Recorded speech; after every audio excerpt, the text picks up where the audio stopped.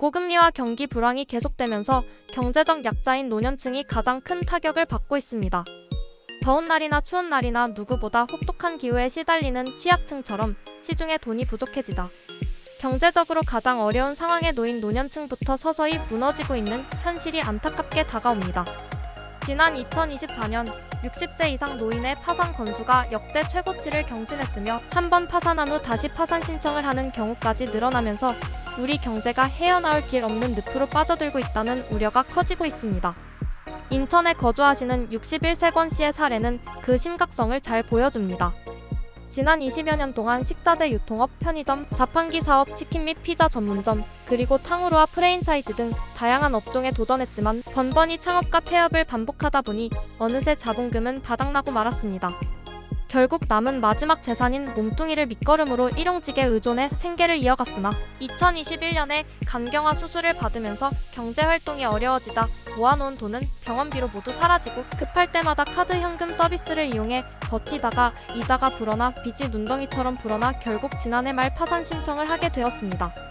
권 씨의 경우 카드빚 원금이 2,300만 원이었으나 이자가 쌓여 갚아야 할 부채 총액이 4,200만 원에 달해 배보다 배꼽이 더 커지는 상황에 이르렀습니다.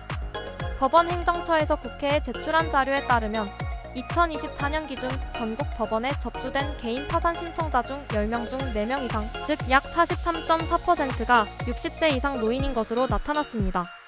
전체 파산 신청자가 39,993명인 가운데 17,370명이 60세 이상인 것으로 집계되어 노인 파산 문제가 점점 심각해지고 있음을 여실히 보여줍니다. 최근 5년간 파산 신청자 중 60세 이상의 비중은 꾸준히 증가하여 2020년 31%에서 2024년 43.4%까지 상승한 것으로 확인되었으며 앞으로 머지않아 60세 이상이 파산자의 절반을 넘을 가능성도 제기되고 있습니다.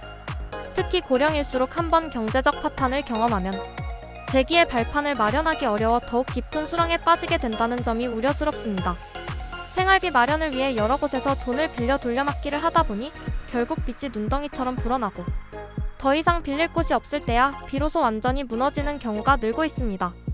이처럼 노인 파산이 단순히 개인의 문제를 넘어서 대출 부실로 이어져 금융회사들의 건전성마저 위협하고 있는 상황은 우리 사회 전체가 함께 고민해야 할 중대한 문제임이 분명합니다. 이런 현실 속에서 우리 모두가 다시 한번 자신의 재정 상태를 점검하고 혹시라도 남아있는 빚을 꼼꼼히 관리해야 한다는 경각심을 가져야 할 때입니다.